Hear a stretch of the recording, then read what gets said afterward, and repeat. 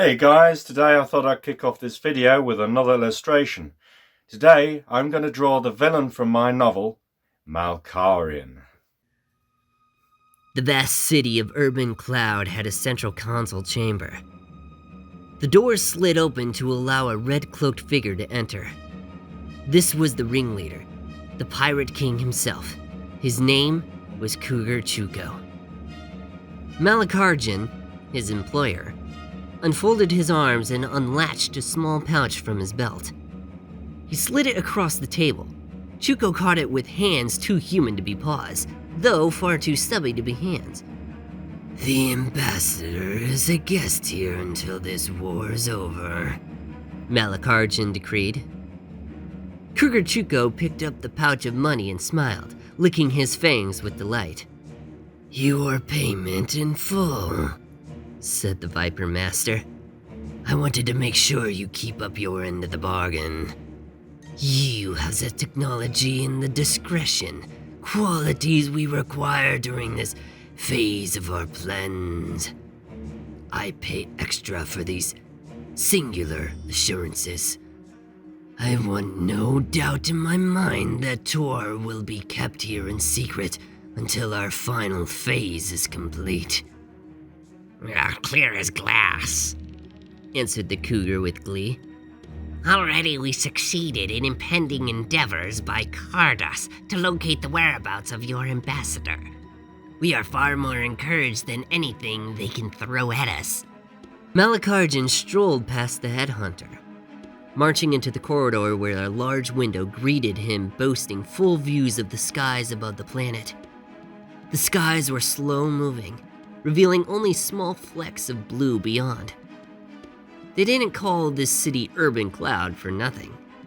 It was the technological mystery in a world of medieval castles and magical lands. It was massive.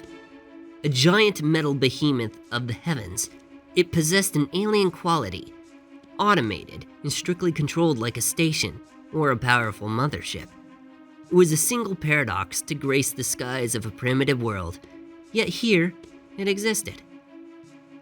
Malecarjan's eyes burned red behind the iron recess grating in his visor, within the black void where a man's features might have been more flattering to behold.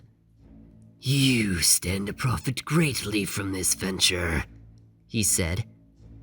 "As do we all. Do not take my generosity for granted." "I don't," replied Cougar nervously.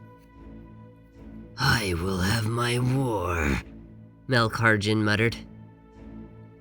"I will have my world. Cardos and his family have their beauty and condemned us, his creations, to darkness, servitude, and ugliness. Ugliness which all men shun. No longer. For when this world is over, the snakes shall live in the light and savor the beauty of sweet charm and know what it is to reign supreme." Cougar Chuko, standing in a shadow and rubbing his hands together with obsequious glee, coughed to obtain his client's full attention. Malecarjan did not turn from the view and merely replied, "Yes, what is it you want?" Chuko only smiled a toothy, deferential smile. "I simply wish to convey our gratitude to one of our most illustrious customers and grant you a free benefit on the house, as it were." Malecarjan did not turn around. He wasn't that interested in charity, to say nothing of Chuko's irritating, toadying nature. "Oh?" he asked, placing his hands behind his back. "Yes, we have a room here." "I would suspect you have many." The sarcasm was not lost on Chuko as he smiled. "I realize that, sir, but please allow me to clarify." "Then explain quickly. I have little time to squander on gimmicks." "My lord, this particular room holds a power, an immense power. A force of supremacy of which you might want to take advantage." "I have no idea what it is you are talking about." Malecarjan's words sounded testy. Kugo Chuko decided to take another approach. Would you like powers? A sample of what we can offer you, my lord.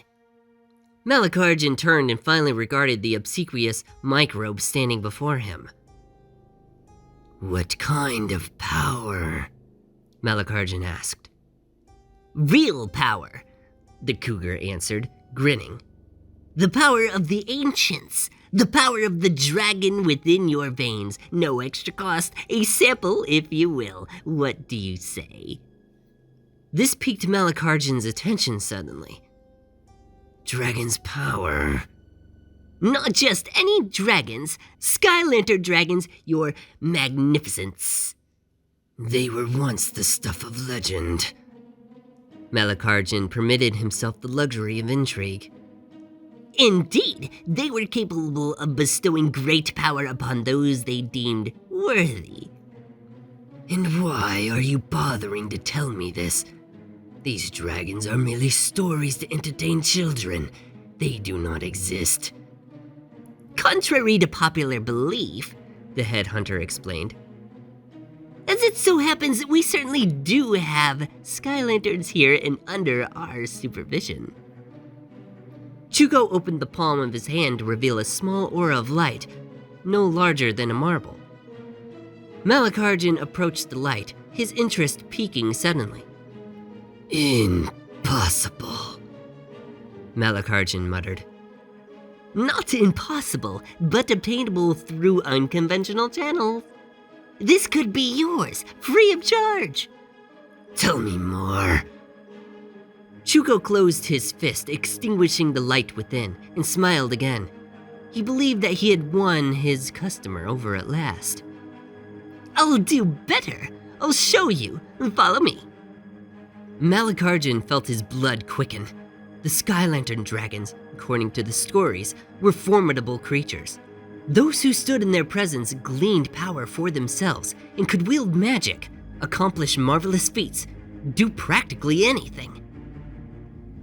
Malecarjan followed the cougar to the lower level where, in a room that was protected by a lock, the dragons were cautioned to reside.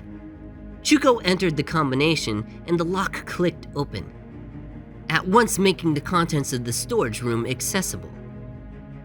The large metal door swung open automatically. The headhunter and his client both crossed the threshold.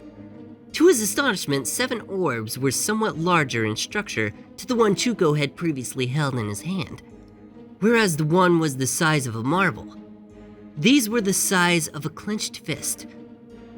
The globe stood atop 7 pedestals. Behold the Skylantern Dragons, imprisoned here for all time. How is this possible? Malecarjan asked, inspecting each orb as he stepped into the room.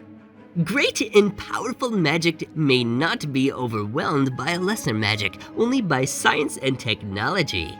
Here, great magic is imprisoned by science alone, a gift to you, my lord. What do I do? Simply stand in the center and allow the orbs to fuel you. Remember, this boost is totally free. Further boosts will cost you. Enjoy! Backing out of the room, Chuko left his client to his own devices. Malecarjan could see beyond each glorious light which the orbs emitted. He witnessed the dragons in their prisons, screaming to get out. Much of their power had been depleted in the course of profit and gain. Even Malecarjan felt sick to his stomach. However, it did not stop him from taking full advantage of the situation. He waited for a reaction. The orbs glowed brighter than before, and Malecarjan began to realize that something truly remarkable was about to happen. One orb grew brighter than all the others.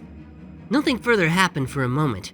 Then a bolt of energy, a discharge was passed from one dragon orb to another, then another. It was like a circuit of sorts. Each one passed the power to the next. The last orb fizzled and sparked. Malecarjan felt that this was somehow a trick, a headhunter ploy to destroy him. But no. Before Lord Malecarjan could do anything, the final orb bathed him in energy too potent to be recognized. Chuko had called it a boost. This was more than that. Plumes of energy generated by the captive dragons entered Malecarjan's muscular frame, satiating him with magic he had never felt in his entire existence. The pulse of energy faded gently. As the orb's connections evaporated, Malecarjan merely stood silent, still watching the power, the fire, like an aura, enveloping his hands and traveling up his arms. Indeed, his entire body was engulfed. But it felt great. It felt powerful.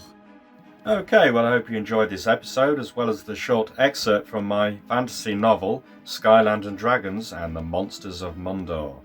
If you would like a copy of my novel, it is presently on Amazon, priced at $6.99.